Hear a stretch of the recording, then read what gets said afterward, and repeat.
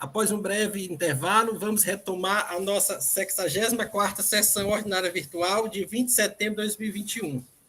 Dando seguimento à nossa pauta, anuncio o processo de recurso 1659-2018, aí 2018-01865, recorrente Aço Global Indústria e Comércio de Produtos Siderúrgicos Limitada, recorrido Seju. Relatora, doutora Jusileide Nogueira. Doutora Jusileide já está presente? Anunciei isso aí.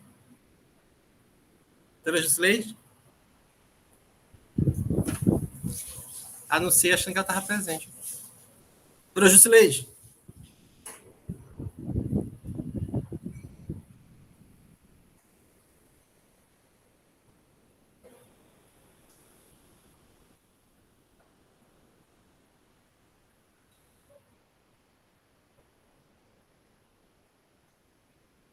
Presidente, uma sugestão, seria interessante a gente mudar a pauta, né?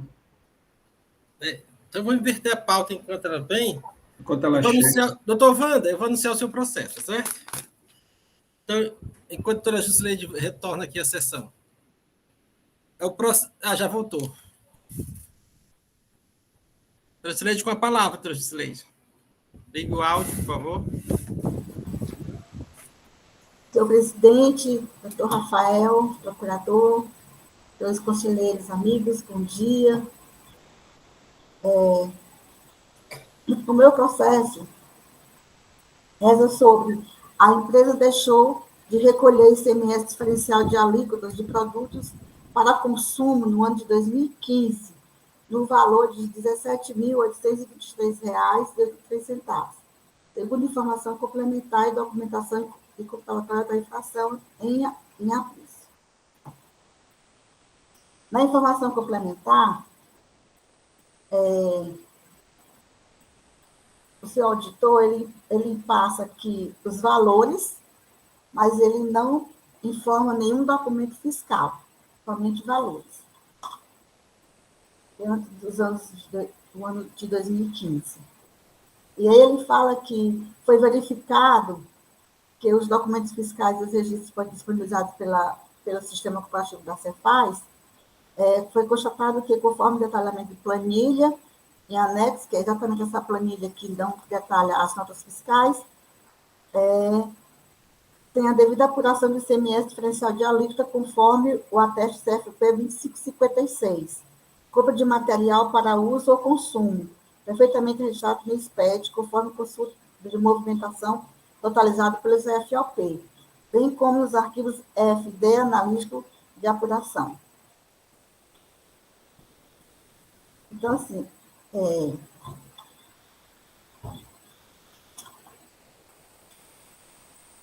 neste caso, ele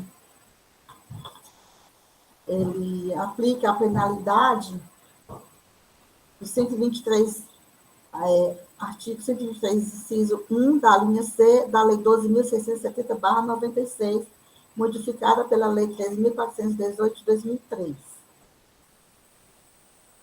A defesa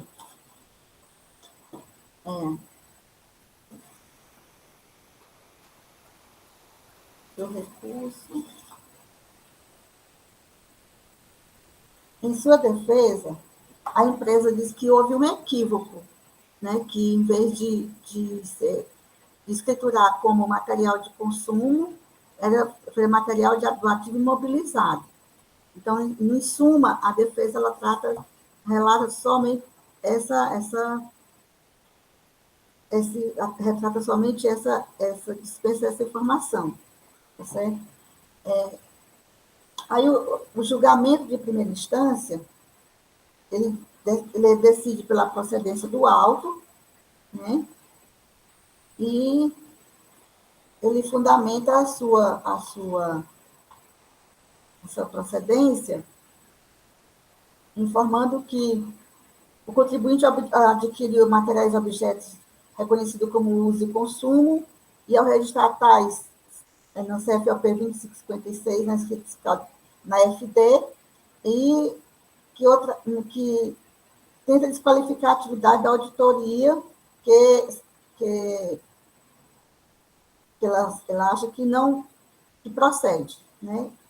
Então, ela decide pela precedência do auto da ação fiscal, por falta de recolhimento diferencial de alíquota, devido aos termos do decreto 24.569/97. E aí, ela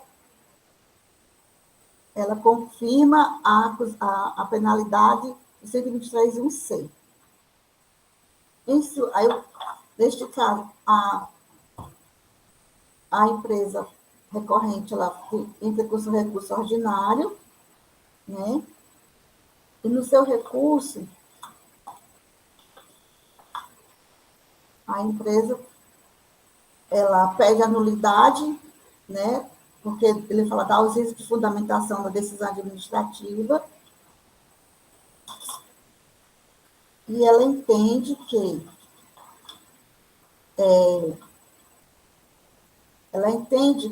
o procedimento fiscal, o auto de infração se encontra em varo de vício formal, que tange a não observância da Instituição Normativa 49 de 2011, e acerca desse ponto, a Sela de primeira instância sequer se debruçou, não apresentando qualquer indício de apreciação da tese sustentada pela autuada, evidenciando flagrante omissão da fundamentação na decisão da recorrida.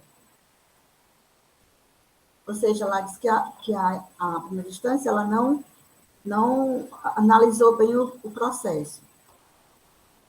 E aí, ela acha que deve ser julgada, ela decide que deve ser julgada nula a decisão que julgou procedente outra infração, sem a devida análise das questões formais que viciou a validade do procedimento fiscal, devendo retornar os autos à autoridade julgadora para a prolação de nova decisão, esta que deve ser devidamente fundamentada mediante apreciação da tese verbarada pela autuada quanto à observância na Instituição Normativa 49 nos termos a seguir. Então, assim, ela quer que o auto seja considerado nulo para que ele possa ser analisado mais detalhadamente. Aí ela diz que ocorre que o contribuinte não foi intimado de todos os atos desencadeados do processo que culminou a lavratura de infração, sendo tão somente intimado por termo de ministro de fiscalização e após ter ciência por aviso de recebimento do auto de infração. E aí, ela diz que foi demonstrada a ausência de procedimentos necessários para tornar a ação fiscal legítima, razão pela qual deve ser dado total provimento ao presente recurso ordinário, a fim de que seja anulado o auto de infração pleiteado. No que tange aos bens do ativo imobilizado, entende-se que são aqueles com valor superior a R$ 1.200 ou vida útil superior a 1 ano, conforme o decreto 24.569/97. E impede registrar até de 26/1/2016, a Cefaz tinha o entendimento de que, para configurar um bem como ativo imobilizado, deveriam estar presentes concomitantemente os dois requisitos, a valor e a vida útil. No entanto, a partir de janeiro de 2016, o ato declaratório de abril de 2016 firmou o novo entendimento de que, para ser ativo imobilizado, bastará um dos requisitos, ou seja, o valor superior a R$ 1.200, ou vida útil. A empresa cadastrada como indústria, né, qualquer regime de recolhimento, sendo este o caso da autuada, fica diferido o pagamento do ICMS, correspondente à diferença de alíquota relativa a bens destinados ao ativo imobilizado, para o momento da sua desincorporação, cuja entrada tinha ocorrido a partir de maio de 2003. Então, ela faz essas alegativas, né, com relação aos decretos.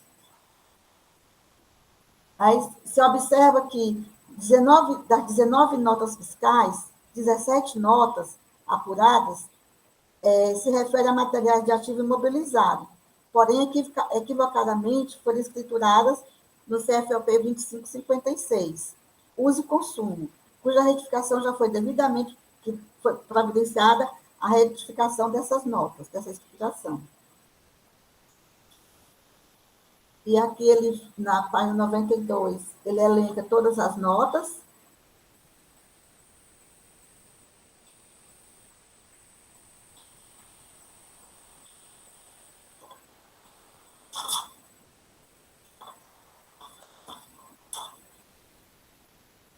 E ele diz o seguinte, que o presente auto de infração deve ser tornado nulo de pleno direito em face da lucunosidade das informações prestadas pelo agente fiscal. Ou seja, eles não foram, as informações não foram todas informadas devidamente no auto de infração. Pois para o auto de infração ter validade e eficácia, é necessário que no mesmo conste requisitos exigidos para a legalidade do procedimento. Então, ele pede que o nobre auditor ele suprimiu documentos essenciais para a produção da impugnação no auto de infração e que sejam notas fiscais nas quais supostamente houve ausência de recolhimento do imposto, impede esclarecer que a ausência de informação fiscal seja de natureza de operação decorrente da compra, venda ou simples remessa de mercadoria. Então, ele pede, nesse caso, a nulidade do auto de infração. Ele diz que ele ignorou, né, e não observou a documentação apresentada pela empresa e não cotejou as notas fiscais que foram estavam escrituradas na contabilidade. Nesse caso, ele continua sem recurso, alegando pedido de nulidade. Então, ele diz que, se não houver o caso de nulidade, ele pede a perícia para analisar essas notas fiscais que constam como consumo, que, na realidade, são do ativo imobilizado.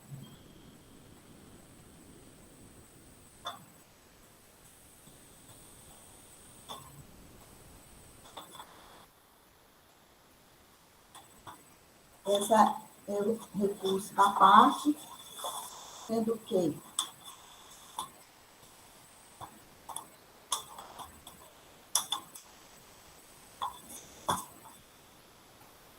o parecerista, em seu parecer 116, ele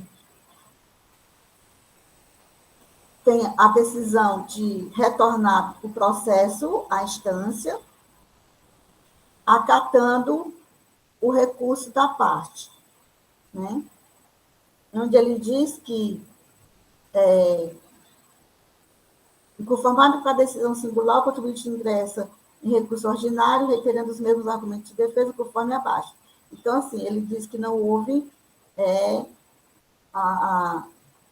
as informações não foram prestadas devidamente para que fosse feita a sua defesa no auto de infração. Então, ele diz o seguinte, ele ressalta que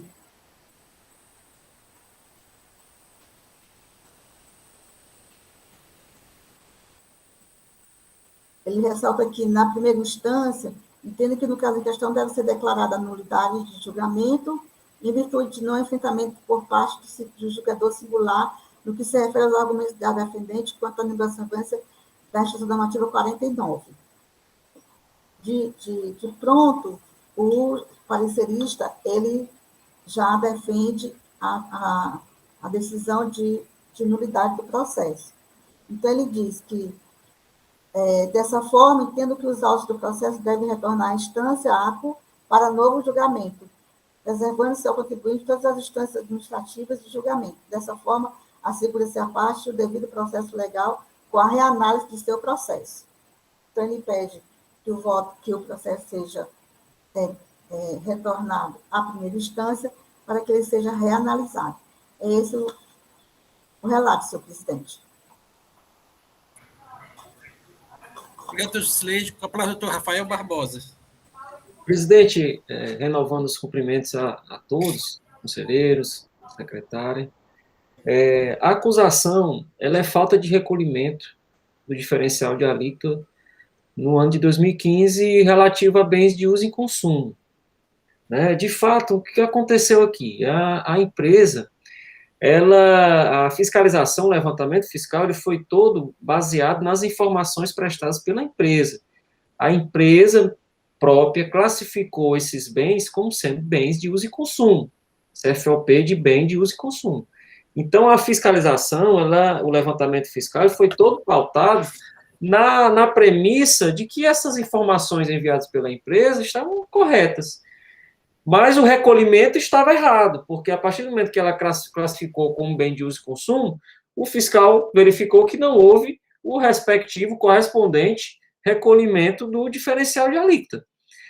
Quando do curso do procedimento fiscal, o que é que a empresa diz? Olha, a classificação que eu fiz de bens de uso e consumo, na verdade, não é bem assim. Se você for olhar as notas, se trata de bens do ativo. Então, a defesa ela é toda pautada nisso. Olha, eu classifiquei erroneamente, a empresa junta, aponta os documentos, né, apontando nesse sentido que se tratam bens do ativo, e em sendo bens do ativo, haveria o diferimento do recolhimento do diferencial de alíquota. Mas, como muito bem já pontuado no relato, a própria empresa admite, no mérito, que se trata de uma procedência parcial, porque dos 19 documentos, apenas 17, na visão da empresa, do autuado, encontram-se na condição de serem bens do ativo, né? E, portanto, estariam sujeitos ao diferimento, né? Então, a tese da empresa é toda pautada nisso. Então, assim, com relação ao argumento da nulidade do auto-infração em si, que foi trazido pela empresa, eu vou opinar no sentido do afastamento, porque a fiscalização ela foi toda pautada nas informações que foram prestadas pela própria empresa na sua FD. Já com relação à nulidade da decisão singular, de fato, o que se nota é que o julgador singular, ele se manifestou, mas não se manifestou de modo suficiente, né? Porque ele chega e diz assim, olha, de fato, eu não vou analisar essa questão, que se trata de bens do ativo, esse foi o argumento do julgador singular, porque bens do ativo também se sujeita ao recolhimento diferencial. Foi esse o argumento adotado pelo julgador singular. Ora, esse argumento não lhe ajuda em nada, não lhe socorre em nada, autuado, ora defendente, porque, mesmo sendo bens do ativo, você também teria o dever jurídico de recolher o diferencial. Só que aqui tem uma questão, o autuado é um industrial, né? E se submeteria à regra do diferimento. Então, de fato, quando o parecerista aponta o vício de omissão da decisão singular, de fato, o faz com acerto, né? Porque, ainda que fosse possível julgar o mérito, se aplicar aquele dispositivo, ou seja, não se declarar a nulidade quando se pode julgar o mérito em favor do recorrente, aqui não seria possível, porque o próprio recorrente admite que das 19 notas, das 19 operações, 17, ou seja, o próprio recorrente confessa a parcial procedência. Então, é por isso que eu vou opinar, presidente e conselheiros, no sentido de que o recurso seja conhecido, mas e no mérito provido para que a decisão singular seja declarada nula e o processo retorne para novo julgamento. Obrigado, doutor Rafael. Senhores, o processo está em discussão. Professor Silei, depois doutor Leilson. Que aqui no processo ele também cogita a condição de perícia. Como já foi visto aqui, senhor presidente, que não houve um entendimento do seu procurador, então a gente já pode afastar essa condição de perícia, né, para o processo voltar para a primeira instância. Nesse aspecto, excelente, como a inclinação é de retorno para o julgamento, está prejudicada essa questão. Ninguém pode afastar agora, porque, de repente, o jogador singular pode achar que acaba a perícia ou então outro conselho. Então, ninguém vota essa questão. Só anula a decisão e manda de volta para que se analise tudo lá em primeira instância. Tá certo? Perfeitamente. Muito obrigada. Doutor Leilson. Presidente, é mais uma questão de ordem. O que eu havia entendido, e aí me corrijo o doutor Rafael, os colegas conselheiros e conselheiras, é que eu havia entendido que o retorno à primeira instância se daria porque o julgador singular não tinha adentrado na questão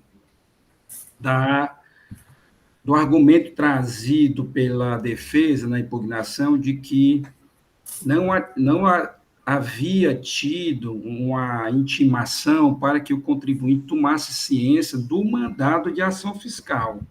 Era o que eu li da peça defensiva, e, segundo a empresa no recurso, diz que isso não foi avaliado, né, na decisão singular. E não pelo fato de ser a questão de bem de uso e consumo ou de ativo mobilizado. Então, me parece que o objeto da nulidade da decisão de primeira instância era em razão da não abordagem pelo julgador dessa argumentação de que haveria necessidade de se tomar ciência, o contribuinte, do mandado de ação fiscal, conforme a edição normativa 49. O que, evidentemente, a gente sabe que não é verdade. Nós já tivemos aqui processos nesse sentido e afastamos tais argumentos, dizendo que não há a necessidade, não tem previsão legal de se tomar ciência de mandado de ação fiscal, e sim do termo de início de fiscalização. Até porque o termo de início de fiscalização contém o mandado de ação fiscal, né? A numeração dele, a data dele, etc. E me parece que esse seria o caso. E aí, quando eu vou ler a decisão, lá nas páginas 75, 76, que é 4 e 5 do julgador, ele diz a seguinte coisa: trata a presente autuação de falta de recolhimento do ICMS de FAO, incidente sobre operações de aquisição de bens de uso ou consumo, cuja acusação fiscal a impugnante não conseguiu desqualificá-la documentalmente, inclusive através de registros contábeis. Aí aqui ele alude, olha, tá, tudo bem, você fez o registro errado, era matéria de ativo, bem de ativo, e não matéria de consumo, então traga os registros contábeis, né, que você contabilizou como bem de ativo, que você fez depreciação todo ano, já que bem de ativo tem depreciação, né, antigamente era de 20% ao ano, não sei quanto é que está, depende do bem, né. Mas, assim, ele diz, não trouxe registro contábil, então ele afasta isso. Então, aí continua, razão porque este feito fiscal deve ser apreciado como manifestamente procedente, aí, vírgula, por não subsistir aspectos formais que permitam declarar sua nulidade. Aí, vírgula, bem assim, impossível decidir-se pela improcedência da autuação, já que não há outra evidência nos autos, senão a de que a impugnante adquiriu bens de uso ou consumo pelos quais não recolheu o ICMS diferencial de alíquota. Aí pronto, registra também pelas expostas, esse juiz deixa de acolher o pedido de perícia formulado pela impugnante. Então, a minha hesitação é se, a partir do momento que ele diz, por não subsistir aspectos formais que permitam declarar sua nulidade, se ele não abordou essa questão, mesmo que de forma bem, digamos, superficial, de forma perfunctória, mas ele, no meu entendimento aqui, de que ele aborda, sim, essa questão, quando ele diz que não subsiste aspectos formais. E aqui é qualquer tipo de aspecto formal, que inclui, inclusive, a desnecessidade da intimação ao contribuinte para a ciência do mandado de ação fiscal, já que, inclusive, não existe nem previsão legal para tanto. Então, trago essa colocação aqui para o debate e reflexão dos colegas e da Procuradoria, se aqui não pode se entender de que esse aspecto da nulidade principal da decisão de primeira instância, quais que seja a observação, a não adentrar no aspecto da falta de intimação para a ciência do mandado de ação fiscal, na ação fiscal, na sua decisão, se isso aqui não é algo que possa suprir essa possível ausência de fundamentação. Eram essas as minhas colocações, presidente. Catoleios, doutora Neide. Doutor Rafael pediu para falar. Então, doutor Rafael, depois volta a doutora Neide. Obrigado pela palavra, presidente. De fato, o conselheiro Leilson trouxe uma questão importante, e eu acabei sendo traído aqui para a leitura uma questão realmente de premissa fática equivocada da minha parte. Porque o julgador de primeira instância, pelo que eu noto, ele, de fato, apreciou muito bem essa questão do principal cerne da defesa da autuada, que era a questão do diferimento. Né? De fato, ele apreciou muito extensivamente. Então, assim, eu realmente achava que o parecer, a nulidade, seria por não ter analisado esse aspecto, mas eu acabei de verificar aqui a decisão de primeira instância e ela foi bem exauriente com relação a esse tema. Né? Então, de fato, com relação à mera formalidade que foi trazida aí como descumprida, eu entendo, assim como já exposto, que não importa a nulidade do auto de infração. Né? Se trata de uma irregularidade que foi trazida e que, ao meu sentir, não gerou nenhum prejuízo ao pleno exercício do direito de defesa do recorrente. Então, por isso que eu afasto a nulidade, presidente. Mas, por outro lado, eu já consigo enxergar aqui a possibilidade de uma perícia para verificar aí se, de fato, se trata de bens do ativo. Obrigado, doutor Rafael. Doutora Leite, continua com a palavra. Obrigada, doutor Franzé, e obrigada, doutor Rafael. Eu também tinha visto a questão da nulidade do mandado de ação fiscal. E um fato é que no julgamento, ele também nas folhas 2 e 3, doutor Leilson, ele vai elencando como nota de rodapé, aí na quarta nota de rodapé, ele coloca ó, mandado de ação fiscal, aí bota o número, termo de início, aí AR. Porque quando você manda o termo de início por AR, você manda também o mandado de ação fiscal, né? E ele até frisa, embora eu também concordo com o doutor Leilson que não tem que ter uma intimação separada do mandado de ação fiscal, não existe isso. O mandado de ação fiscal ele é apresentado na hora do termo de início, não existe um termo de intimação para dar ciência do mandado e outra para o termo de início. Só nesse aspecto também. Obrigada, senhor presidente. Doutora Leite, doutora Jusileide, com a palavra. Só corroborando aqui com o doutor Leilson, a questão da fundamentação é que, na página 74, a julgadora, em primeira instância, ela diz que, em observar as 19 notas apuradas no CFOP 2556, de uso e consumo, refere-se a materiais de artigo imobilizado, máquinas e peças, com vida útil superior a 1 ano e que até o presente momento não foram desincorporadas. Então, dessa forma, não se permitiu à autoridade fiscal em analisar conjuntamente a explicação contábil, em busca da verdade material, considerando todas as provas e fatos.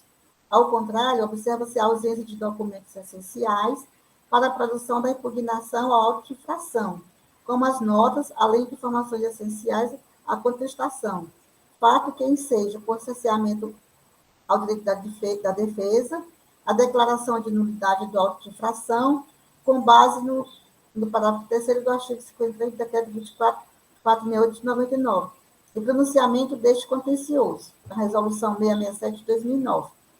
Então, aqui ela ressalta as notas fiscais e faz aqui fala da questão da vida útil das notas, do material, e se eles não forem desincorporados. Então, ela, genericamente, como falou o doutor Leilson, ela fez a sua análise, né? São esses argumentos, senhor presidente. Obrigado, doutora Jusileide. O processo continua em discussão.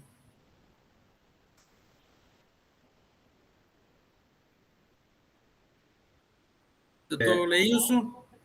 Presidente, eu estou fazendo aqui algumas consultas na questão da... É que o doutor Rafael, ele com muita precisão, ele colocou essa questão de uma possibilidade de perícia. E eu estive fazendo algumas consultas, pelo menos a primeira nota fiscal e a segunda nota fiscal. Aliás, a primeira nota fiscal, pelo valor, trefiladeira, não sei nem o que é isso aí, né? Trefiladeira. A primeira nota fiscal, ela é de 113 mil, Sim. que indica efetivamente a possibilidade de esse bem ele ser efetivamente um bem de ativo, tá? Eu vou botar ela novamente, a nota fiscal número 431,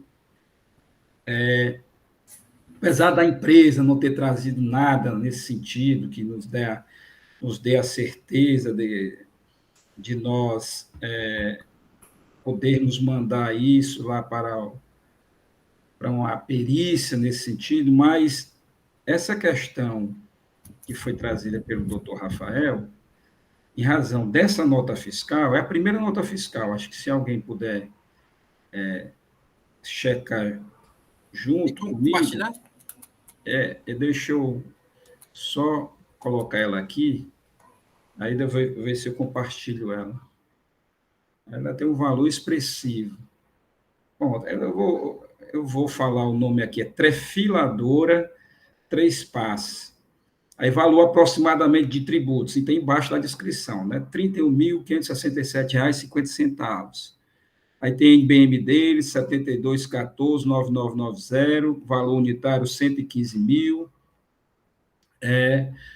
Bom, ante essa constatação dessa nota fiscal, eu fiz uma outra, e eram valores muito pequenos, mas, em razão dessa nota fiscal, presidente, eu creio que possa ser um objeto de uma perícia, no sentido de você não acatar o retorno, que eu entendo que, mesmo que de forma superficial, mas aí a autoridade julgadora de primeira instância, ela fez essa abordagem, a meu ver, e a gente suscitar uma questão da perícia em relação a alguma desses são poucos documentos, né?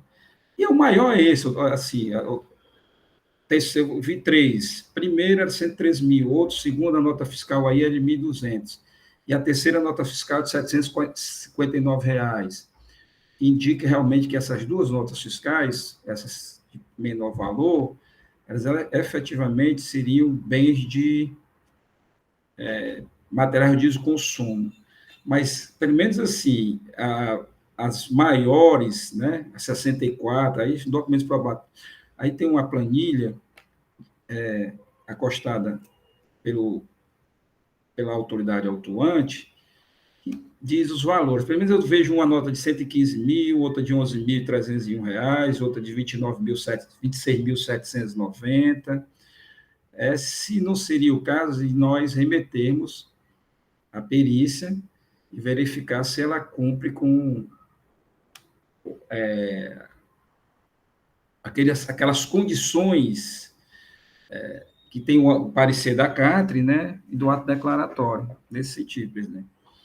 Porque tem realmente valores aqui, duas aqui de valores específicos. Tem uma aqui, unidade hidráulica, né, que é 26.790. Eu sou temeroso de achar, apesar de não ter nenhum elemento aí que nos dê essa certeza que foi classificada como bem de ativo, né, apresentação de escrituração contábil, que evidenciasse esse bem escriturado como bem de ativo, ou mesmo lançamento de depreciação, que caracterizasse, né, esse bem de ativo. Mas eu acho, presidente, seria de bom tamanho que nós colocássemos isso à perícia, pelo menos que diz respeito a verificar essas notas fiscais de maiores valores aí que estão. São 3 notas fiscais, presidente. É assim que eu me manifesto. Obrigado, doutor Leilson. Senhores, Mais alguma discussão ou todos já compreenderam e temos discussão de votar o processo?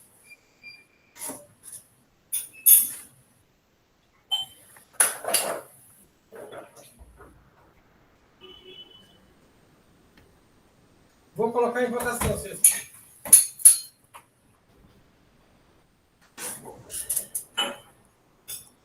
Então, vou colocar em votação.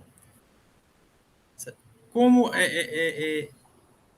questão da nulidade suscitada da pasta, que eu vou colocar, depois coloca a perícia, e também vou colocar também aquela sugestão do parecer de retorno à primeira instância. A gente vai colocar essas unidades para afastar logo isso aí, para poder a gente avançar no mérito, tá certo? Doutora Cileide, quanto à nulidade que a parte faz por falta de intimação nos termos formais, como se manifesta? Senhor presidente, eu afasto essa condição, visto que foi feita a notificação ao recorrente também por AR, né, que ele deve ter recebido, recebeu a notificação. Então, isso aí não faz sentido dizer que o processo será nulo por falta de informação por parte da recorrente. Doutora Cileide, doutor Rafael. Eu acompanho a relatora. Doutora Elineide. Senhor presidente, eu afasto a nulidade. Doutor Henrique. Presidente, acompanha a relatora. Doutor Leilson. Presidente, aqui é a nulidade da decisão que nós estamos discutindo, não é isso? Afasto até por falta também, presidente, de previsão legal no sentido de ciência do mandado de ação fiscal, né? A única previsão que tem é a ciência do termo de início de fiscalização. E doutor Wander.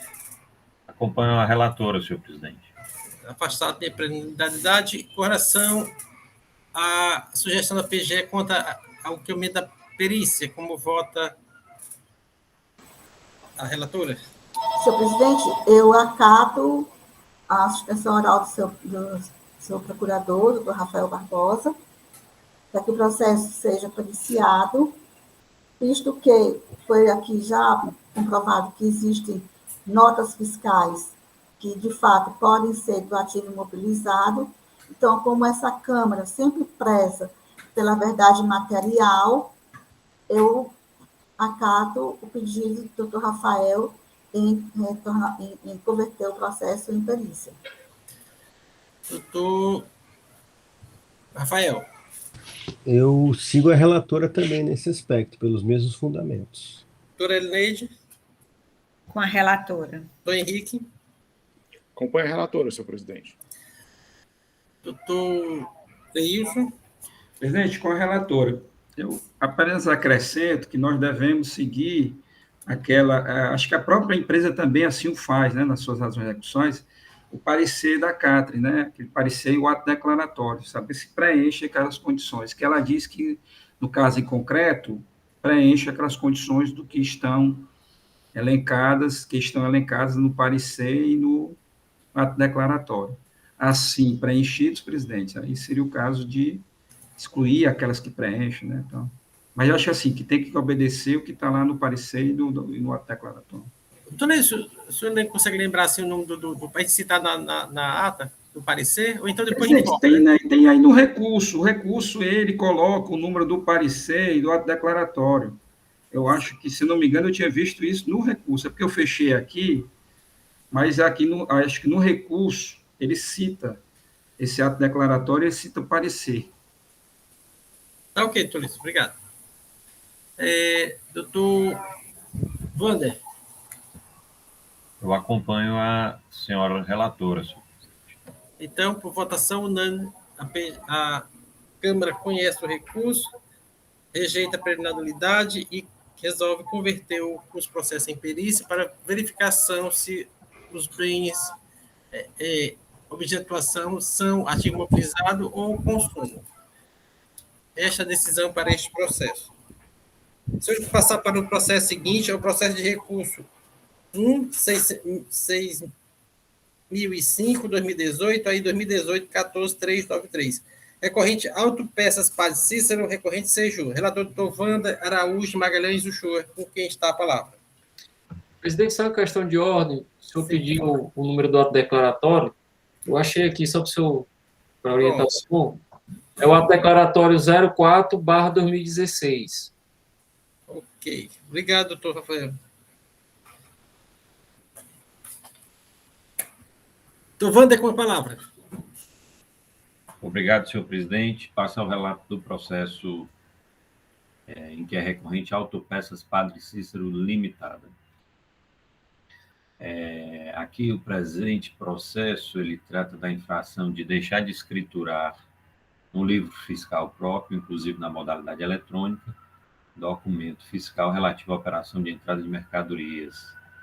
A empresa deixou de informar na escrituração fiscal digital notas fiscais de entrada, conforme esclarecemos, evidenciamos e totalizamos nas informações complementares e anexos. O agente fiscal apontou infringência ao artigo 276-G do Decreto 24.569 de 97 e sugeriu a penalidade preceituada no artigo 123, inciso 3, a linha G, da Lei 2.670 de 96, alterado pela Lei 16.258 de 2017. Aqui o demonstrativo do crédito tributário, ele ensejou somente multa de 10%, que ficou no valor de R$ 127.542,97. Segundo as informações complementares, a Auditoria Fiscal Plena objetivou um exame referente aos exercícios fiscais de 2014 e 2015. Analisando as informações relativas às entradas de mercadorias e aquisições de serviços, todas elas transmitidas pelo contribuinte através do arquivo da EFD, o agente fiscal identificou notas fiscais modelo NFE não lançadas no livro registro de entradas ou não declaradas na EFD, no montante de R$ 1.275.429,66. Valor esse para os 2 exercícios fiscalizados. O agente fiscal utilizou a seguinte metodologia, que aqui passo a relatar. Ele examinou os arquivos da FD, verificando as informações de todos os documentos fiscais de entradas informadas, as quais reproduz também o livro de registro de entradas. Para a confirmação do lançamento dos documentos fiscais de entrada, procedeu ao cruzamento de dados informados pelos emitentes das NFS e seus respectivos lançamentos da FD. As notas fiscais não informadas constam de arquivo de banco de dados da pré-auditoria relativa ao presente mandado de ação fiscal. Observa que as notas fiscais não lançadas ou não informadas na FD tratam-se de NFS, portanto, notas fiscais autorizadas pelo fisco, não canceladas e destinadas ao contribuinte autuado. Na análise crítica dos dados, confirmou-se a não escrituração ou não informação na FD. O contribuinte inconformado apresentou tempestiva impugnação ao auto, folhas 22 a 23, alegando e requerendo que as aquisições de peças para a composição do seu estoque ocorrem no regime de substituição tributária, sendo todas acompanhadas de nota fiscal de entrada, bem como todas as mercadorias são vendidas ao consumidor final com a emissão de nota fiscal de saída. A empresa não deixou de escriturar as notas fiscais listadas na ação fiscal. O que ocorreu foi uma falha no sistema informatizado da empresa e as notas inicialmente não foram escrituradas. Contudo, quando detectada a falha, as mesmas foram escrituradas em 2016, conforme se comprova na EFD que segue anexo. Assim como houve a escrituração, o auto de infração não merece prosperar.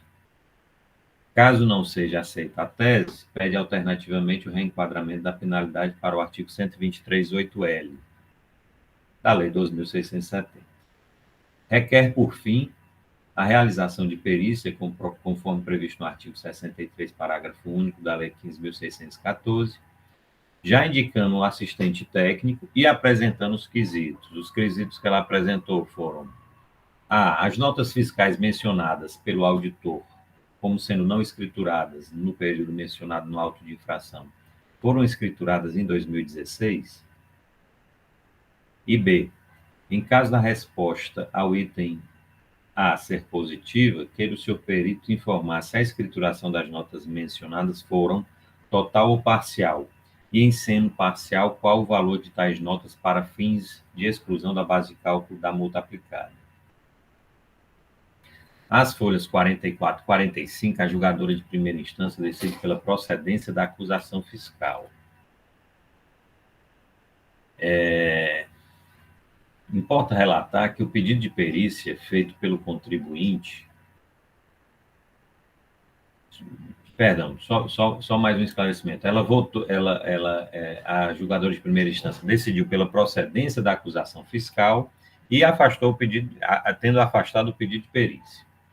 Importa relatar que o pedido de perícia feito pelo contribuinte constou no relatório da ilustre julgadora de primeira instância, contudo, não foi objeto de apreciação por parte da mesma. De igual modo, relata-se que, quanto à tipificação da penalidade, a julgadora entendeu que a impugnação merecia parcial provimento. Isso foi um texto que eu retirei do julgamento de primeira instância, em que a julgadora entende que a impugnação deveria ser dado parcial provimento para reenquadramento da penalidade, porém, ela manteve, foi a mesma penalidade já imposta no auto de infração. Houve apenas essa contradição na decisão de primeira instância quanto ao reenquadramento. Discordando da decisão de primeira instância, a empresa apresentou recurso ordinário, alegando em síntese o seguinte: nulidade do auto de infração em razão do cerceamento ao direito de defesa, além do fato de tanto o fiscal quanto o julgador de primeira instância terem desconsiderado as provas apresentadas no processo administrativo e o julgador de primeira instância também não ter se manifestado sobre o pedido de perícia. Que o julgador também deixou de manifestar-se sobre o fato apresentado e devidamente comprovado na impugnação. Que as falhas na escrituração foram devidamente corrigidas por iniciativa do próprio contribuinte antes do início da fiscalização. Que, em caso de a infração ser mantida, ele renova o pedido para reenquadramento no artigo 123.8L. Reitera também o pedido de realização da perícia. O processo é encaminhado para a célula de assessoria processual tributária e, por sua vez, seu parecer e no tocante à alegação de cerceamento de defesa, entende que deve ser afastada tal preliminar de nulidade, vez que a acusação está devidamente motivada. Por outro lado, entende assistir razão ao contribuinte quanto à alegação de ausência de manifestação no julgamento singular sobre o pedido de perícia apresentado. Manifesta-se, então, pelo conhecimento do recurso ordinário para dar provimento para que seja anulado o julgamento singular, devendo o processo retornar à primeira instância. O processo, então, vem a essa colinha da Câmara para julgamento do recurso ordinário. É o relatório, senhor presidente. Presidente. Obrigado, Silvana. Sim, Silvana. Na pauta tem um errinho. Eu botei o julgador e o assessor a mesma pessoa. Na verdade, o assessor é a doutora Mônica Castelo. Eu conferi isso também. É porque ambas são Mônica, mas eu vi que eram diferentes, porque aí não poderia o parecer... Também já tinha ido olhar. Perdão pelo equívoco aí. Eu olhei isso, são apenas charás. Tá, sem problema. A prova do doutor Rafael Barbosa. Presidente, renovo os cumprimentos a todos. A acusação é semelhante dos dois primeiros processos julgados hoje, a ausência de escrituração de documentos fiscais no livro fiscal próprio, né, de registro de entrada.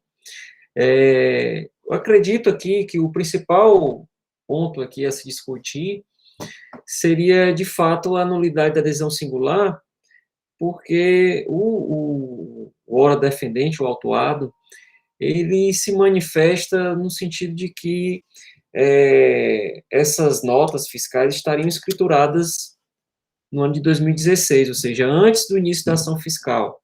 Ou seja, a tese apontada por ele seria uma suposta denúncia espontânea. E, de fato, esse argumento ele não é analisado pelo julgador singular. Então, considerando esse aspecto, eu vou, em consonância com o parecer, acolher o provimento do recurso para que seja declarada a nulidade da decisão singular e seja proferido um novo julgamento. Obrigado, doutor Rafael. Os processos estão em discussão. Doutora Juscelene já levantou a mão, depois o doutor Wander. Só questão de esclarecimentos, que o doutor Leilson pode até falar, se ele quiser. Esse processo não poderia parecer como improcedente, já que não foi feito a informação por parte do jogador singular e não ter que observar as notas fiscais que, de fato, foram escrituradas anteriormente à fiscalização. Então, não seria por converter esse processo em vez de nulidade, mas em procedente? Obrigado, doutor. Vamos discutir, vamos descobrir se é possível. Doutor Wander, com a palavra. Prezados senhores, prezadas senhoras, esse processo, na realidade, ele só um pouquinho mais alto. Só um pouquinho mais alto, doutor Wander. Só um pouquinho mais alto. Deixa eu aumentar aqui. Está ouvindo agora? Veja, esse processo realmente guarda alguma semelhança com os dois primeiros por conta da infração cometida, é verdade. Mas aqui realmente há essa consideração que devemos levar em relação aos argumentos trazidos pelo contribuinte desde o início, né?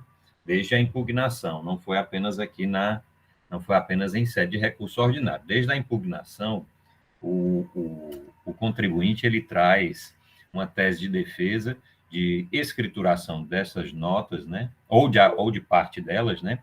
de escrituração dessas notas ou de parte delas no exercício de 2016. E realmente tal fato teria ocorrido antes do início da fiscalização. Realmente foi anos antes do início da fiscalização. E ele apresenta, inclusive, também, já em sede de impugnação, algumas notas comprovando essa argumentação, ou seja, notas que eram do final do ano de 2015 e que foram escrituradas no início do ano de 2016 na EFD. E ele apresenta as telas da EFD com essas inclusões, né? Trazendo o número das notas, os valores, as datas de emissão e as datas de inclusão na EFD.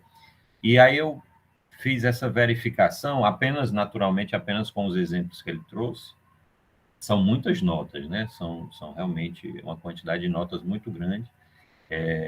E eu verifiquei que as notas que ele trouxe realmente estão na planilha do fiscal, que é chamada Entradas Não Informadas na EFD, e elas estão inseridas realmente nessa planilha do fiscal, e a gente vê que essas entradas que ele apresenta estão em uma planilha que ele trouxe, chamada Entradas de 2015, lançadas em 2016. Né? Então, realmente, há esses exemplos e há essa questão. E, realmente, o julgamento de primeira instância, ele não enfrentou essa tese. A gente sabe que o julgador de primeira instância ele não está obrigado, não está distrito a apreciar todos os elementos trazidos pela parte. Por outro lado, a gente sabe também que elementos, que teses que possam, ao ser apreciadas, vir a modificar, né, ou realmente a dar um resultado diferente ao julgamento, essas sim devem ser analisadas pelo julgador de primeira instância, né, ou qualquer instância que esteja colocada. Né? Então, não é só pelo simples fato do julgador de primeira instância não ter analisado, seja deferido ou indeferido, o pedido de perícia, porque também não houve isso. Ela apenas relata o pedido de perícia, mas não aprecia, seja deferindo ou indeferindo. Mas não é só isso. E aí eu acho que o mais forte e o mais relevante é que ela não analisa realmente a tese de argumentação da parte, né? A tese de defesa da parte, e que a parte apresenta, sim, documentos, né? Para subsidiar a argumentação. Um outro detalhe que eu gostaria de me manifestar, e aí esse detalhe de agora é mais também realmente para efeito de discussão, até por conta de perícia, que a parte ela traz, salvo engano, são cinco exemplos de notas, são 5 notas. Mas, como eu disse, é um universo de notas muito grande. A gente conhece, né, o contribuinte, né, eu creio que todos conhecem, é uma grande loja realmente de autopeças, talvez a maior aqui que nós temos. Então, realmente, o fluxo de notas fiscais é muito grande. Agora, há que se considerar, e aí um fato que me chamou a atenção, colegas, é que na planilha de entradas não informadas do fiscal, ele não traz nenhuma nota de dezembro de 2015. Isso me chamou a atenção. E na planilha apresentada pela defesa, né, além de notas de novembro, de outubro, que em tese teriam sido lançadas apenas em janeiro e desconsideradas pelo fiscal, tem também muitas notas fiscais de dezembro que foram lançadas só em janeiro de 2016. Mas elas já não constam na planilha do fiscal, né? E essa tese também de argumento da defesa, a gente tem que levar em consideração que ela se aplica, se amolda muito às aquisições que ocorreram no final do ano de 2015, né? Mas nós temos que ter ideia de que a fiscalização foi o ano todo de 2014 e o ano todo de 2015. Então, veja, realmente fatos que têm que ser enfrentados, né? Que têm que ser apreciados e que não o foram por ocasião do julgamento de primeira instância. Então, senhor presidente, como essa é uma questão que pode prejudicar a análise do restante do processo por parte dessa Câmara, eu prefiro, nesse primeiro momento, só colocar essas questões. É claro que se avançarmos para a apreciação de mérito, aí sim eu faria considerações de mérito. É isso, senhor presidente. Obrigado, doutor Wander. Seguindo a sequência aqui, doutor Leilson, depois doutora Jusilei. Doutor Leilson, com a palavra. Presidente, a minha manifestação aqui é para corroborar as colocações do doutor Rafael e também do doutor Wander. Por mais que sejam poucas notas, sei lá, final de 2015, que poderiam estar escrituradas em 2016, mas é preciso uma manifestação nesse sentido, até para saber, para o julgador dizer se, nesse caso, teria sanção ou não teria sanção. Foi escriturado em 2016, mas o objeto da fiscalização é 2015, então vou manter a sanção. Não, foi escriturado em 2016, então, como ele foi escriturado em 2016, vou tirar a sanção. Ou seja, precisa dessa manifestação para que a gente possa debater em cima e ter uma melhor compreensão do que foi julgado lá na primeira instância. E realmente não tem essa manifestação, né? Até depois disso ser suficiente, se a julgadora entendesse que não era objeto de... Aliás, que era objeto de sanção, até para fundamentar um afastamento da perícia, né? Ora, não me interessa se foi escriturado em 2016, tem que ser escriturado em 2015, por isso afasta a perícia. É nesse sentido também, presidente, que eu acho que impacta, sim, na análise final de mérito. Então, eu creio que a decisão de primeira instância ela teria que ser melhor detalhada quanto a esse aspecto. Doutor Leilson, trouxe o slide com a palavra. Bom, corroborando com o doutor Leilson e com o doutor Wander, o que eu queria apresentar é que, muitas vezes, as notas fiscais que entram de 2015, elas poderiam entrar no Estado somente em 2016. Essas notas não seriam notas dentro do Estado ou fora do Estado? Então, teria que também fazer esse questionamento, porque muitas vezes, ainda mais no final de ano, as notas que passam na fronteira, elas são emitidas em 2015, mas só são recepcionadas pela empresa em 2016, no ano seguinte. Porque, nesse fato, as notas fiscais elas têm um prazo para entrar dentro do Estado. Então, assim, também seria outro fato que a gente tem que analisar. Doutora Jusileide, essa questão, doutora Jusileide, creio que, caso se delibere pelo retorno, compete ao julgador singular para verificar essas questões, porque tem essa indicação que não foi analisada agora. Senhores, mais debates ou podemos já colocar em votação? Doutor Wander, está pronto? Então, como voto o relator? Senhor presidente, eu voto por conhecer o recurso ordinário, dar-lhe provimento para anular a decisão exarada pela primeira instância e retorno dos autos para novo julgamento, pelas razões já apresentadas e também em conformidade com o parecer da Assessoria Processual Tributária. É como voto. Doutora Jusileide, como vota? O relator, senhor presidente. Doutor Rafael? Voto com o relator. Muito bem colocado. Doutora Elineide? Com o relator. Doutor Henrique? Acompanho o relator, senhor presidente. Doutor Leilson? Com o relator, presidente. Então, a segunda Câmara, por votação, não conhece de recurso, dá provimento para anular a decisão pela instância e determinar o retorno do processo para novo julgamento, de acordo com o parecer da assessoria, adotado pelo representante da doutora PGE. Esta decisão para este processo. Senhores, como este mês tivemos sobre o processo da Disbere, ele está voltando hoje em pauta e a relatora é a doutora Jusileide. A doutora Jusileide foi agraciada com 2 processos hoje de relatoria. O processo de recurso 14020-2019, aí 2019-15076. Recorrente Disbere, distribuidor de bebidas e refrigerantes limitada, recorrido Seju. Com a palavra, a doutora Jusileide. Novamente, bom dia a todos. Doutor Rafael, prazer imenso. Rafael Barbosa, Rafael Souza também. E senhores conselheiros, senhor conselheiro, senhor presidente. O relato é sobre a omissão de receita por meio de levantamento financeiro fiscal, contábil e em operação prestação tributária, prestação tributária, ou amparada ou não na incidência ou isenção condicionada.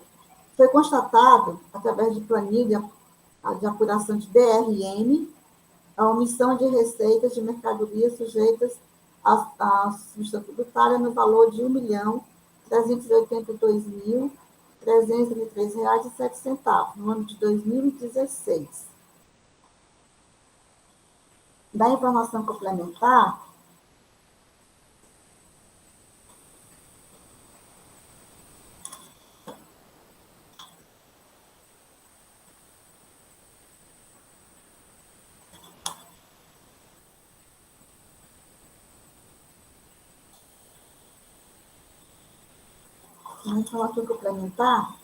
o auditor, ele analisou os livros e demais documentos fiscais da autuada, constatou-se por meio de planilha financeira fiscal, mais precisamente na DRM, demonstração do resultado de mercadorias, que no ano de 2008 houve omissão de receita de produtos isentos, não tributados ou sujeitos à substituição tributária, no montante já falado anteriormente.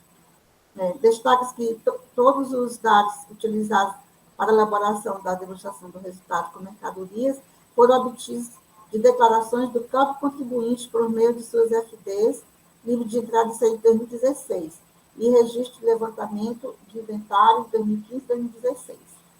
Então, ele ressalta que todas as informações foram dadas através do próprio contribuinte. Em sua defesa,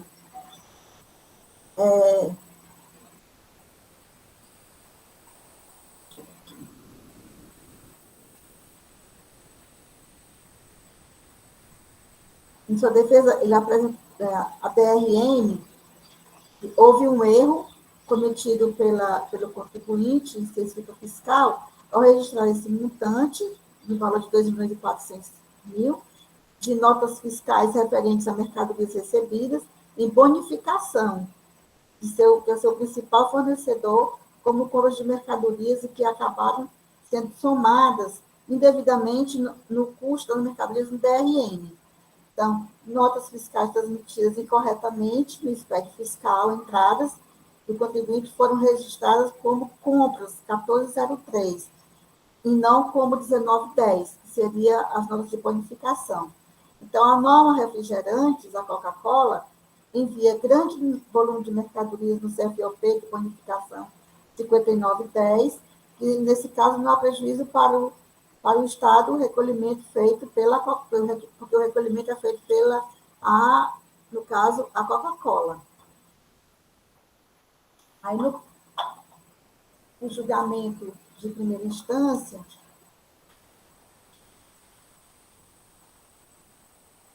ele ressalta que houve a omissão de receitas,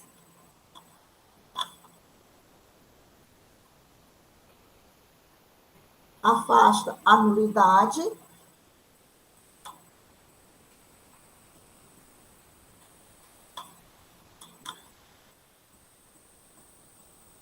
e ele decide pela procedência do auto de infração, né, de acordo com o artigo 123b do item 2 da Lei 2.670/96.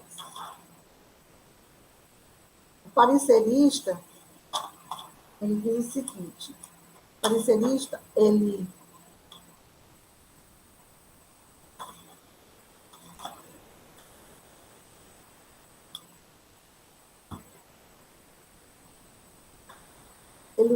observa que houve uma total disparidade entre os valores de bonificação recebidos e recebidos e as bonificações expedidas, e ele diz que, diante disso,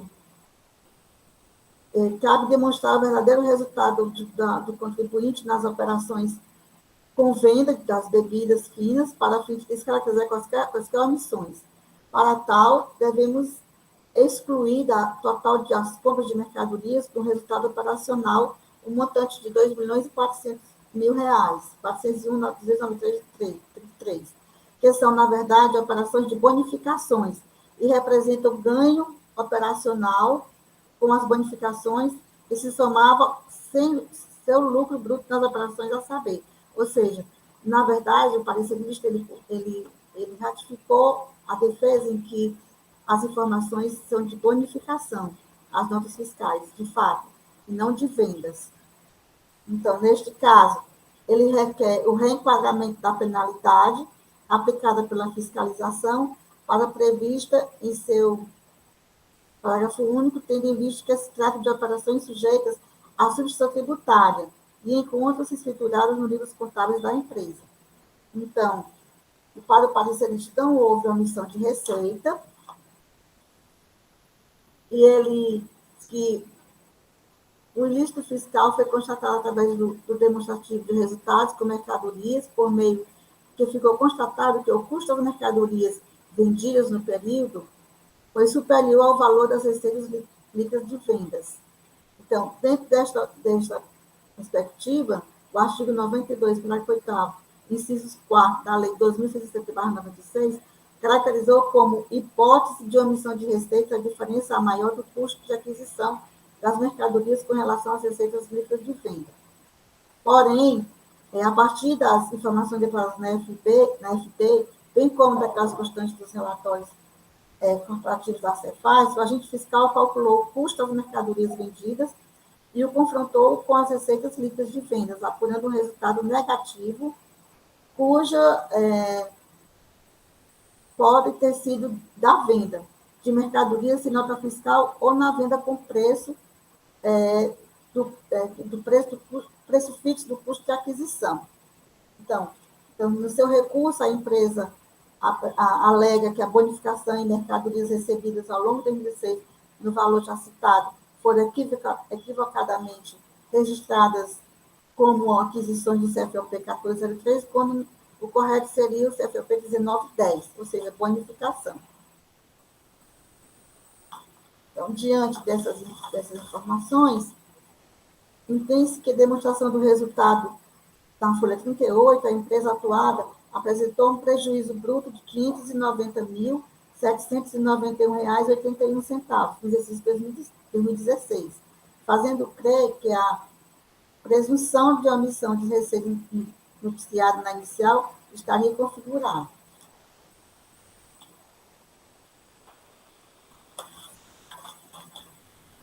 Então,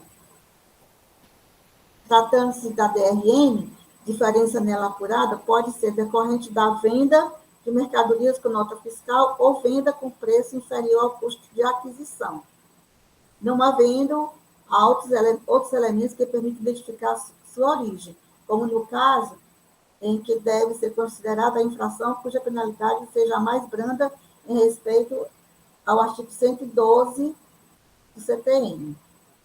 Então, entende-se total desenquadramento, se faz necessário, no presente caso, diante da improcedência da acusação fiscal, visto que a inclusão das receitas de bonificação ou a exclusão dessas operações do custo das mercadorias vendidas anularia a diferença apontada pela fiscalização, desfazendo a presunção de omissão de receita prevista no dispositivo legal acima mencionado. Então, isto posto, ela decide pela improcedência do auto de infração. É esse o relato, senhor presidente. Obrigado, doutor Gisleide. Com a palavra, doutor Rafael Barbosa. Presidente, renovo os cumprimentos a todos. A acusação, de fato, é omissão de receitas no ano de 2016, que foi presumida legalmente pelo fiscal em virtude de o custo das mercadorias superar a receita líquida, ou seja, a empresa estava operando em prejuízo no exercício de 2016. É importante, presidente, salientar que a fiscalização, o levantamento fiscal, foi pautado nas informações que foram prestadas pelo autuado na sua FD, né? Então, isso é importante destacar, porque a defesa, ela traz como principal tese de defesa, reconhecendo que o CFOP lançado na sua escrituração se deu de modo errôneo. Então, segundo a tese de defesa, em razão desse erro, não haveria a acusação fiscal, ou seja, não se configuraria a omissão de receitas. E ela o faz, presidente, demonstrando através da juntada desses documentos fiscais, apontando que se tratavam de bonificação com mercadorias, né? Recebeu essas mercadorias em bonificação.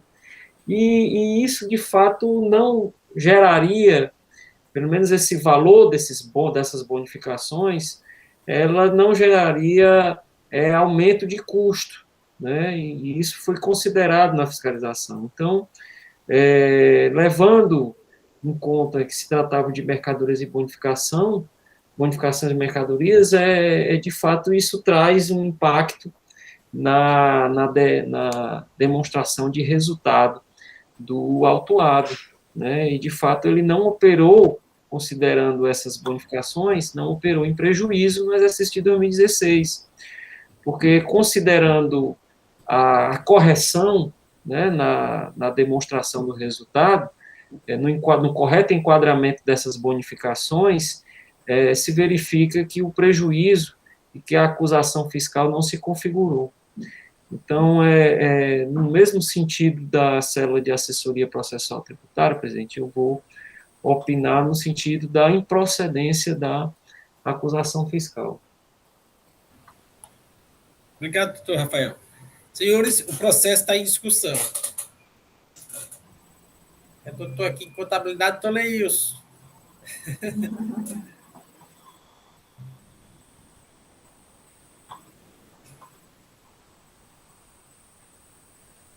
Está sem áudio. Presidente, eu estava analisando esse processo, agora pela manhã, e eu fiquei com uma dúvida muito grande nessa proposta do doutor Sidney.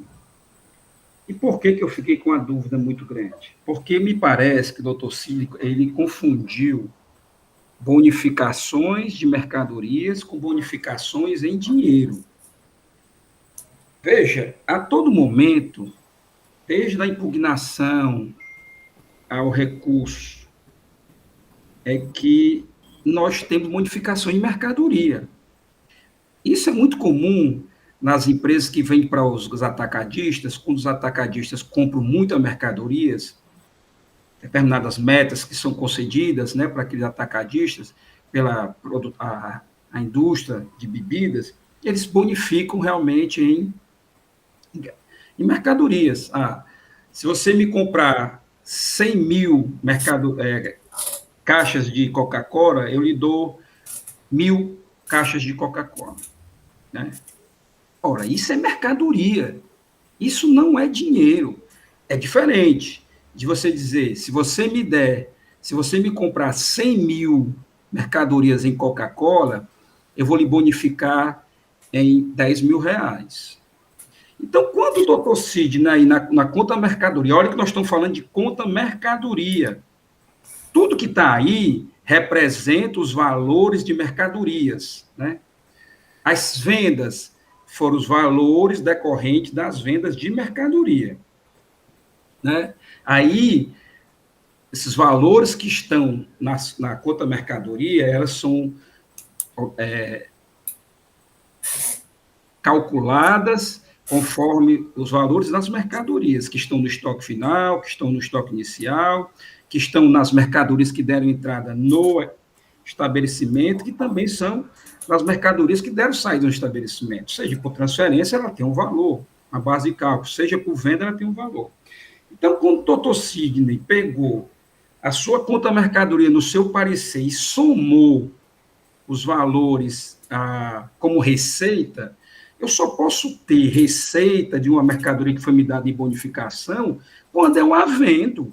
Quando eu recebo a mercadoria em bonificação, não tenho receita alguma, não entra nada no meu caixa. Não tem lançamento contábil, a débito de caixa, o banco contas movimentos, e a crédito lá de mercadorias em estoque. Não existe. O que vai existir aí é o lançamento contábil, débito lá de estoque, e a crédito lá da conta de mercadoria, lá em bonificações, etc.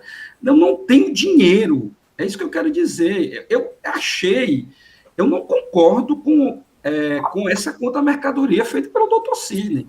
Quando ele somou na entrada os valores das mercadorias que foram compradas, seus respectivos bases de cálculo, mas aí ele tirou esses 2 milhões que deram entrada em mercadorias bonificadas, não foi em dinheiro, em mercadoria, entrou 2 milhões em mercadorias na empresa, aí ele tira isso das entradas e adiciona como receita. Como é que eu tenho como receita algo que eu ainda nem vendi? Eu recebi as mercadorias como entrada. Bonificação em mercadorias significa dizer que você está recebendo mercadorias porque você comprou muita mercadoria daquela indústria, a indústria lhe dando um adicional ali, não vai lhe cobrar nada, etc. A indústria está pagando imposto. Mas aqui não está se tratando de cobrança de imposto, aqui está se tratando de conta mercadorias das operações isentas e não tributadas. Então, veja bem, eu não consigo entender a soma dessas mercadorias que foram recebidas em bonificação como receita. Eu só consigo entender se essas mercadorias bonificadas, elas como receita, a partir do momento que elas são vendidas. Aí sim, mas eu tenho no exercício já o total de vendas do exercício que foi me dado. Já foi me dado o total de vendas do exercício aí em, deixa eu ver aqui, 21 milhões, se não me engano, porque eu estou aqui sem o auto de infração que eu tinha aberto e eu perdi. Mas eu vou tentar resgatar aqui a conta mercadoria e o parecer do doutor Sidney. Pronto. Na conta mercadoria que está lá as folhas 12, não, nas folhas 13, Não me importa se a entrada de mercadorias que entrou no estabelecimento, se ela for de compra ou bonificação. E aí, sim, ele colocou em todas as suas... o total, ele colocou como compra. Tá certo que a classificação contábil aí é errada, não era para ser compra. Era para ser compra, 21 milhões e um quebrado. Bonificações em entradas, 2 milhões e um quebrado. Mas é mercadoria, ela tem que entrar. Ela não pode sair da conta mercadoria. Se fosse bonificação em dinheiro, aí eu concordaria plenamente com o doutor Sidney. Retirar das compras, né, das entradas, digamos assim, gosto de utilizar mais entradas, e jogar esses 2 milhões lá como vendas. Nem como vendas, não entrava nem aí na conta mercadoria, porque foi dinheiro. Está entendendo? Não foi venda, não foi objeto de venda, não foi porque eu comprei muito e recebi o dinheiro por ter comprado muito, uma bonificação em dinheiro, que podia ter sido em desconto, mas deu em dinheiro, tá entendendo? Então, assim, eu tenho sérias dificuldades contábeis de entender o que é que o doutor Sidney fez no seu parecer. Colocar como receitas de vendas mercadorias bonificadas na entrada.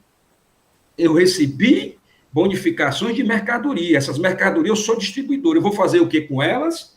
Vou vendê-las. Não vai ficar para eu consumir com meus funcionários, não. Eu vou vendê-las. Comprei 100 mil mercadorias no ano, recebi 1.000 em bonificação. Eu vou vender, eu tenho uma disponibilidade de vendas no meu estoque de 101 mil garrafas de Coca-Cola. Aí, quando eu vender essas 1.000, aí vira receita, vira venda. E aí ela teria que estar aqui no lado do crédito, do débito, da conta lá de vendas lá, né? Os valores de vendas. E o doutor Sidney somou essas mercadorias que deram entrada. Na saída, com sinceridade, eu nunca vi, é a primeira vez que eu estou vendo uma conta mercadoria sendo feita dessa forma. Tá? É evidente que uma mercadoria que foi bonificada, vamos supor, esqueça a substituição tributária, vamos supor se essas mercadorias fossem tributação normal. Eu recebo 101 mil mercadorias.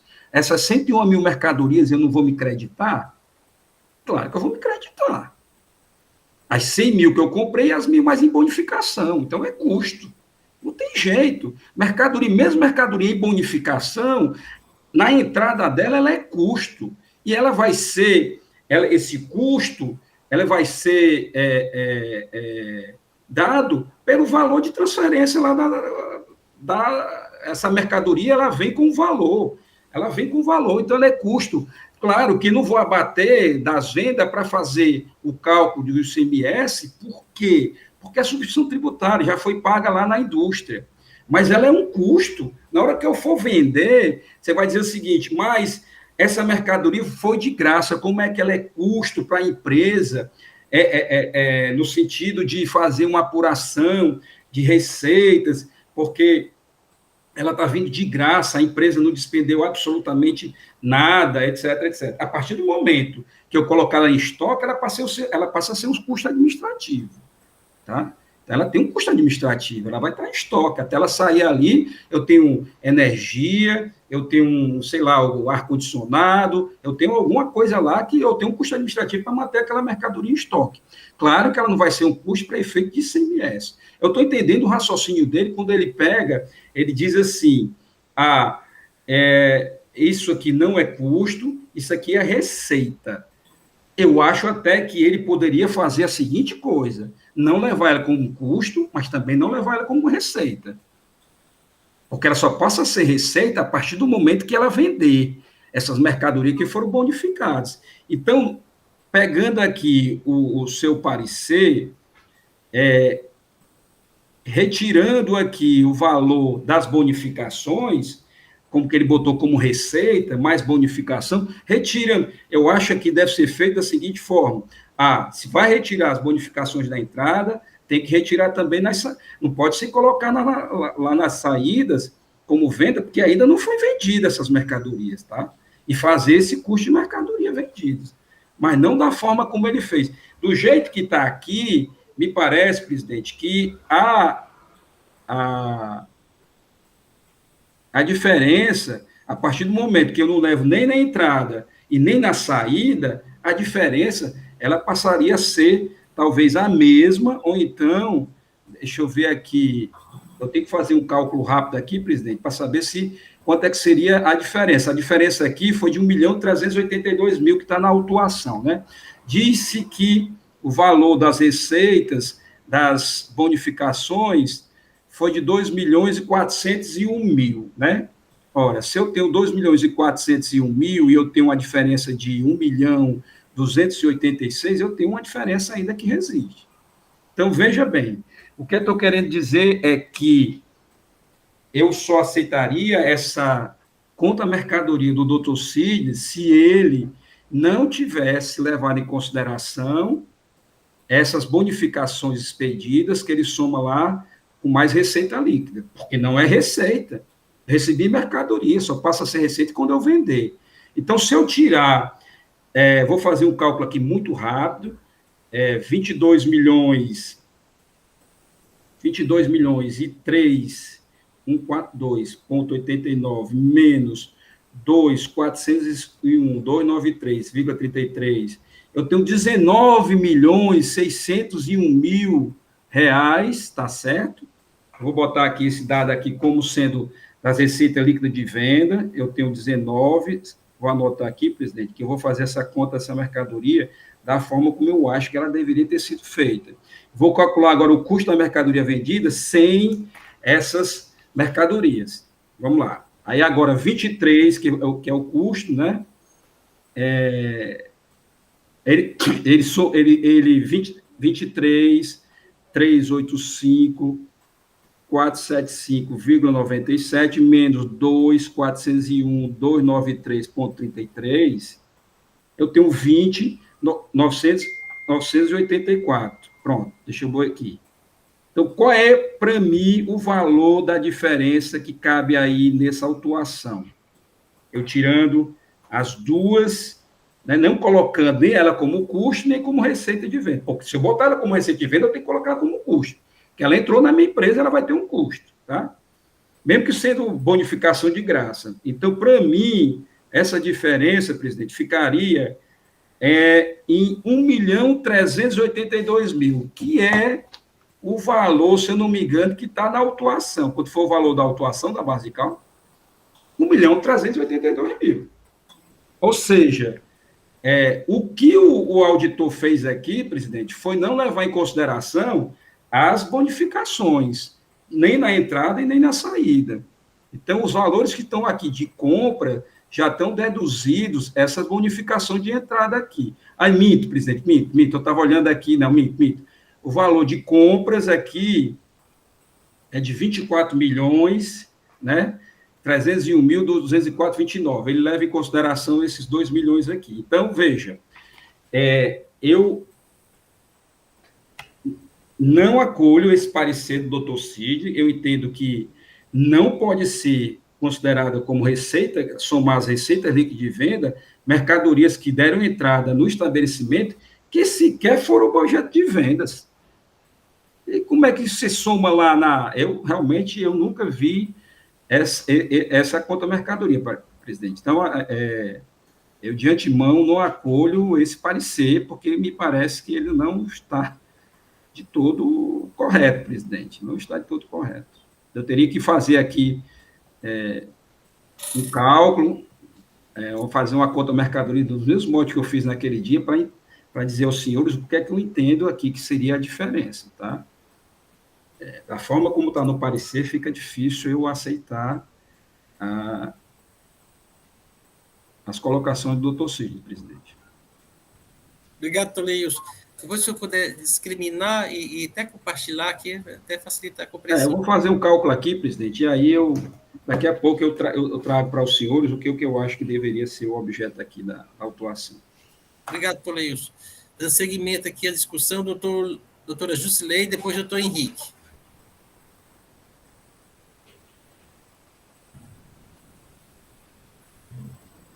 Só um minutinho.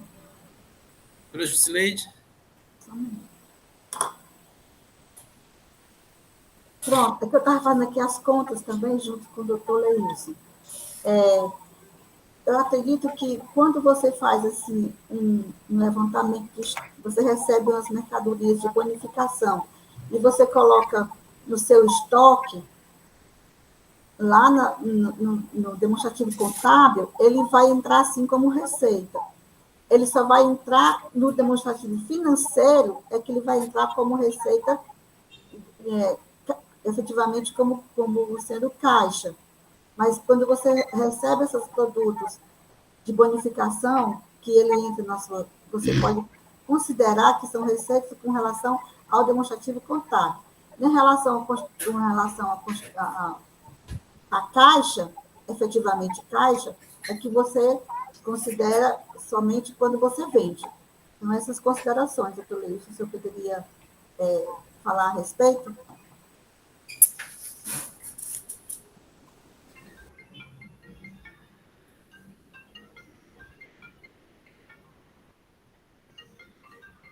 Senhor presidente, acredito que seja essa questão que tenha feito o doutor... presidente, porque eu estou me referindo à questão de conta-mercadoria. O que é conta-mercadoria? É você fazer a apuração do resultado bruto com mercadorias. Ou seja, os valores das mercadorias, as quais elas são objeto na entrada, nos estoques finais, e nos estoques final, inicial, e nas vendas dela, nas saídas dela, né? Então, se eu tenho uma mercadoria, tenho mercadorias que eu recebi, tá, como bonificação, e essas mercadorias vão ser objeto de venda, tá certo? Eu só posso dizer que ela só vai entrar como venda de mercadoria a partir do momento que ela vender. Porque o que é que uma conta mercadoria pega? Estoque inicial, estoque final, entradas de mercadorias e saídas de mercadorias. A saída de mercadoria, transferências ou vendas de mercadorias, tá?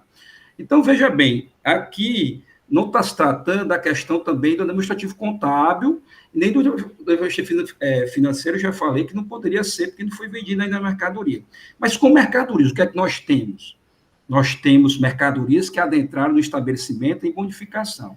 Essas mercadorias têm algum valor? Claro que tem algum valor. Mesmo ela recebendo de graça, ela tem algum valor, essa mercadoria. Se ela tem algum valor, esse valor deve ser considerado na entrada de mercadoria para efeito de cálculo da conta mercadoria, tá? Leilson, mas vamos fazer o seguinte, ela não tem valor porque ela não é custo, vem de graça. Tá, beleza. Então, vamos tirar ela das duas contas. Tira ela da entrada como bonificação e também não coloque ela na saída porque ela nem saiu.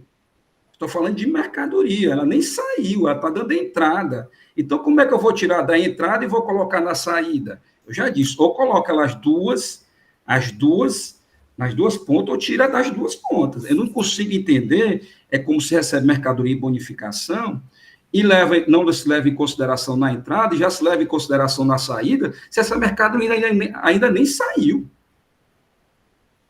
Quem vai vender mercadorias vendidas em bonificação, incide imposto. Tem que ser registrado no SPED essa venda, tem que ser emitida uma nota fiscal, tem que ser dado baixo no estoque. É isso que eu estou querendo dizer. Chamar a atenção aqui para o fato, presidente, é de que não consigo entender como é que se extrai de um lado e se adiciona no outro. Se está entrando aqui, ainda nem foi vendido, já está se somando com o outro, como uma receita contábil. Essa receita contábil, ela será na hora em que se vender, vai ser financeira e vai ser contábil. Vai entrar no caixa, débito, e vai se creditar a receita de vendas daquela mercadoria. Eu só consigo ver receita contábil de mercadoria em bonificação a partir do momento da venda dela. Como é que eu vou ter uma receita só na entrada de uma mercadoria se eu nem recebi? Mas aí é uma mercadoria que foi me dado de graça e aí eu posso considerar ela como receita. Não, você pode considerar ela como estoque. E aí não leva em consideração nas entradas para efeito de custo de mercadoria, tudo bem, concordo. Vamos retirar das compras, foi errado tal. Mas você joga lá 2 milhões também na saída, logo como receita, de uma mercadoria que ainda nem saiu, fica complicado, né? Está dizendo que é venda. Você está dizendo que é venda, uma venda que ainda não ocorreu. Porque doutor Neils, que tem escrito aí doutor Rafael e doutor Henrique Gereissati. Pela ordem, doutor Henrique, depois doutor Rafael.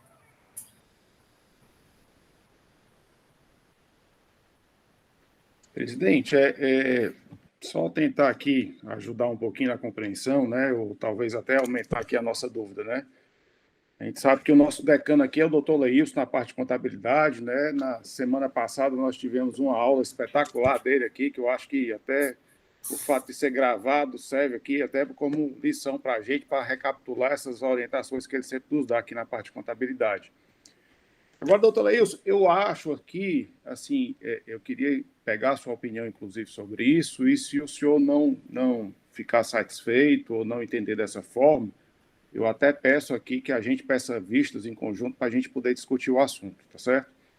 Mas o que eu entendi aqui da observação do doutor Sidney, né, que a gente também sabe que é uma pessoa que conhece bem desse assunto, né, é que ele pegou o valor da bonificação, doutor Leilson, e deduziu do CMV, que é o custo da mercadoria vendida, né? E aqui, para tentar ser um pouco mais didático, o que é o CMV? Eu pego o estoque inicial, mais as compras, né? E deduzo o estoque final. Isso tudo pelo valor de entrada, né? Pelo valor de custo, né? E aquele valor que sobra, que a gente chama de CMV, aquele valor que vai servir de base para eu colocar minhas despesas, o meu lucro, todo aquele valor que eu vou agregar ainda para eu ter um resultado depois. Então, o CMV seria basicamente o custo da mercadoria até antes de ser vendido, né? Que a gente pega esse valor, agrega todas as despesas, o lucro, para depois fazer o encontro de contas para saber o resultado da empresa. Então, pelo que eu entendi aqui, o que foi que o Dr. Sidney fez? Ele pegou esse CMV, que já está apurado lá, ele não mexeu em nada na receita, doutor Leilson. A receita ele está aí de acordo com o que foi apresentado no levantamento. E pegou o CMV também do levantamento. E deduziu esses 2.400.000, que seria a bonificação. Quando eu faço isso, o meu CMV cai para 20.984.182,64, que eu acho que até o resultado que o senhor achou. Na hora que eu comparo isso com a receita que ele já tinha colocado, que ele não mexeu na receita, em vez de um resultado negativo de 1.382.000, eu tenho um resultado positivo de R$1.018.980,25. Então, a conta, assim, de forma bem simples, eu estou falando aqui, tentando ser o mais didático possível, e assim, até me coloco nessa linha. Se o senhor não entender dessa forma, aí eu peço até que a gente sobreche esse processo, peça vista, eu posso pedir em conjunto com o senhor, para a gente analisar isso de uma forma conjunta para entender melhor, porque isso aqui, assim, é a forma que eu estou entendendo. Se existe outro entendimento, aí eu gostaria até de aprender para ver como é que a coisa, se eu estou enganado ou não em relação a isso. Seria essa a minha contribuição, senhor presidente.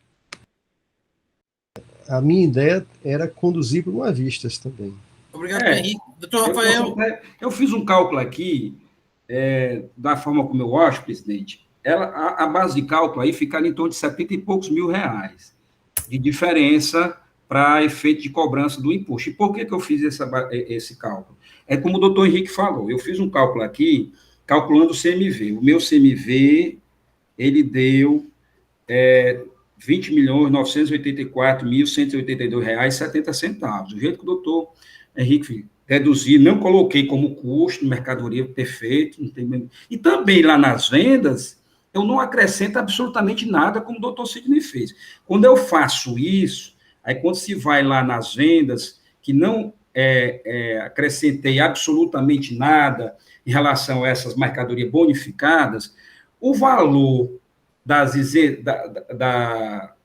do subtotal lá, do estoque final, mais as vendas, vai me dar 22.918, vou dizer já quanto é que será, já deduzi aqui o estoque final, do 915, 22, vou dizer quanto é que dá a minha diferença, que eu acho que deva dar aqui nesse resultado, 22.918, 871,21, tá? Vou deduzir o estoque final, que eu já deduzi ele aqui na conta mercadoria, então 915, 728,32, eu tenho 22.003, eu teria 22.003, 22 mil de vendas. É exatamente o valor que está no quadro do Dr. Sidney, doutor Leilson. Quando eu pego esses 22.003 aqui e faço com os 29.84, aí, nesse caso, eu teria que a minha venda cobre o meu custo, porque eu não coloquei nem na entrada e nem coloquei na saída. O que eu reclamei do aí dá um resultado positivo de 1.018.980. É essa conta que eu fiz. O que eu achei estranho foi o doutor Cid ter colocado essas bonificações expedidas lá, receita líquida mais bonificação expedida, 22 milhões e 3 mil. Não dá.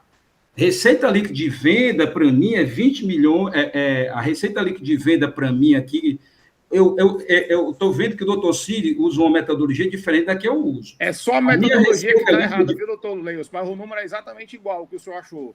Olha, a minha receita líquida de vendas aqui é 20 milhões e 3 mil reais. E não como ele botou aí, como sendo 22 milhões e 3 mil reais. Não, a minha receita é 20 milhões e 3 mil reais, porque eu não estou colocando nem na entrada e nem na saída. Então, como eu disse, ou se coloca na entrada e na saída, ou não se coloca na entrada e na saída. Aí, a partir do momento que eu tenho uma receita de vendas aqui de 20 milhões, deixa eu ver aqui a minha receita de vendas, de 20 milhões e 900... Eram 22 milhões, não, doutor Leilson? Que o senhor tinha não, porque eu tenho que deduzir o estoque final, porque quando eu... Olha, vamos fazer a seguinte coisa. O valor total o senhor não tinha, não era 22.900, aí o senhor deduziu o estoque final de 900. Olha, o custo da mercadoria vendida é 20.984.182,70 R$70, tá? O que é o custo? Foi o estoque inicial, mais as compras, menos as bonificações, tá certo? Aí deu 21.899.011, menos o estoque final, 915.728,32, tá certo? Menos o estoque final. O estoque final, quanto é que é? 915.728,32. Bom, se eu estou deduzindo já o estoque final aqui do meu custo da mercadoria vendida, eu não posso deixar ele lá no outro lado, na coluna de créditos. Então, se meu subtotal na coluna de crédito deu 22.918.871 reais, mas está aqui dentro somado 915 mil de estoque final, eu tenho que deduzir desses 22.918 reais, 915, que dá 22.003, 22.003. É isso mesmo. Pronto. Aí sim, dessa forma, aí eu tenho 22.003 mil reais como sendo de vendas líquidas, e quando eu comparo com o meu CMV de 29.84, aí eu tenho que minha venda líquida fica maior. Aí só tem um lucro de 1.018. Isso. Aí pronto, aí eu concordo. Eu acho que o senhor e o doutor Sidney, como eu sei fazer. Caminho, mas fazendo a conta de forma diferente, entendeu? Mas chega no mesmo resultado. O resultado é o mesmo. Isso, aí sim. 1.018.960,25.